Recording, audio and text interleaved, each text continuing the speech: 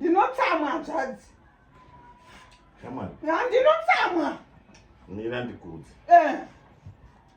Vavakidzani vako ndo hama dzako dzekutanga. Ndinonani? Kana ukawirwa nedambudziko chairo, isu tinotozara touyawo. Titotiko zvafamba sei nekuti ndo vane munenge muinavo all the time. Saka iwe ukapengereka uchidaro uchitukirira uchidii hazvipi chimiro chakanaka ufunga kwai.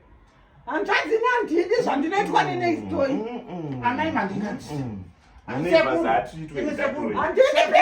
Handingopinda.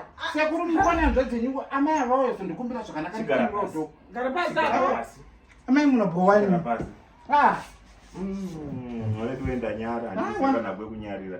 Kana zviri izvo zvamunoita Kambe munhu yakauya panext apo kuzoroja. hazvitaurwe kani izvozvo nhai vedu we. Ko zvinokupa chiiko? Challenge yanonokinuriswa mudzimba. Dzatingaziva kuti Zvine mhosva yei?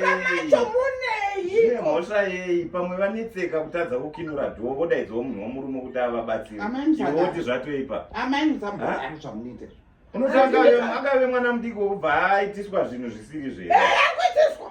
Ndakaitiswa ndikadya chibage chinyoro panapa chisina mashizha. Ndikazonoroona. Hamudadzi itya Mwari. Itya Mwari.